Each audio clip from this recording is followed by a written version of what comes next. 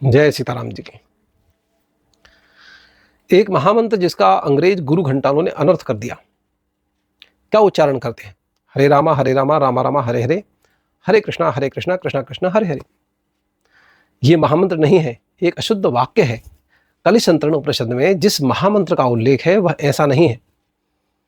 अंग्रेजों की 200 साल की गुलामी के बाद देश तो आजाद हो गया, लेकिन उनके चेलों की मानसिकता का क्या करें, जिसने राम को रामा, कृष्ण को कृष्णा बना दिया। क्या यह स्मरण शास्त्र सम्मत है या शास्त्र विरुद्ध है? शास्त्र कहते हैं शब्द ब्रह्म है। श्रीमद् भगवद गीता में भगवान श्री कृष्ण ने कहा है, तस्मात् छात्रम प्रमाणन्ते कार्याकार व्यवस्थितौ। हे अर्जुन, तेरे लिए हर परिस्थिति में शास्त्र ही प्रमाण है। आजकल हमारे देश में पढ़े लिखे लोग भी अंग्रेजों की नकल में इसे महामंत्र समझकर हरिनाम स्मरण संकीर्तन करते हैं। परंतु क्या आप जानते हैं कि यह कितना अशुद्ध पाठ है और इसका असल अर्थ है क्या? संस्कृत शब्दकोश देखें। यदि हम राम को रामा कहते हैं तो इसका अर्थ हो जाता है सुंदर स्त्री। इधर कृष्णा भी स्त्रीलिंग बोधक शब्द है। द्रौपदी जी का वास्तविक नाम कृष्णा ही था।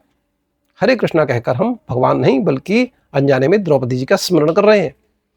अंग्रेजी गुरुओं को भाषा व्याकरण शब्दकोश का ज्ञान तो है नहीं, लेकिन चेले बनाने का काम कंटिन्यू जारी है। वैसे बचाव में तर्क दिया जाएगा कि भगवान भाव समझते हैं। यह तो भाव की बात है, लेकिन भाव में किसी को अर्थ का अनर्थ करने का अधिकार नहीं है, क्योंकि मंत्रार्था सफला संतु पूर्णा संतु मनोरथा। मंत्र अशुद्ध होगा तो उसका अनर्थ हो जाएगा, आपको लक्ष्य प्राप्त नहीं होगा।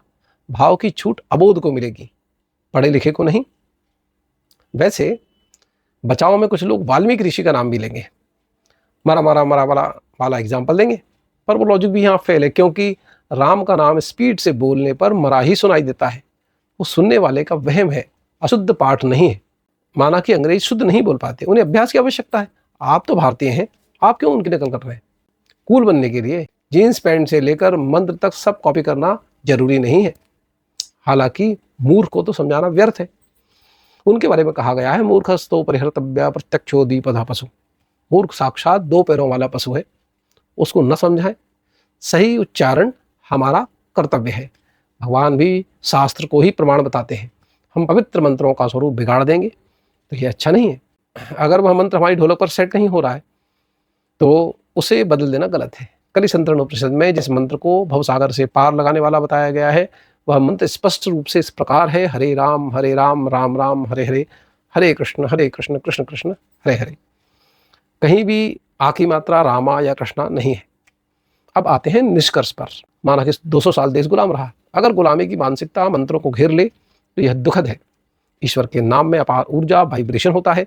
सही उच्चारण से वह ऊर्जा सीधे हमारे मन और प्राणों में प्रवेश करती है, क्योंकि शब्द ही ब्रह्म है। संगीत के शोर पाश्चात्य प्रभाव में आकर अपने शास्त्रों के शुद्ध मंत्रों को विकृत होने नहीं देना चाहिए। राम का ध्यान करें तो परमानंद में डूब जाएं, और कृष्ण को स्मरण करें तो उन्हें सर्वव्यापी के रूप में भजें। यही भक्ति का वास्तविक मार्ग है। सनातन धर्म में ईश्वर के नाम को भवसागर से पार लगाने वाला कहा गया है, लेकिन हम बिना अर्थ जाने विदेशी प्रभाव में आकर के धुन के कारण हमारे पवित्र मंत्रों का अशुद्ध उच्चारण करते हैं या जपते हैं, तो उस मंत्र का वास्तविक लाभ, उसकी शक्ति से हम वंचित रह जाते हैं। जय सीताराम जी की। राधे राधे।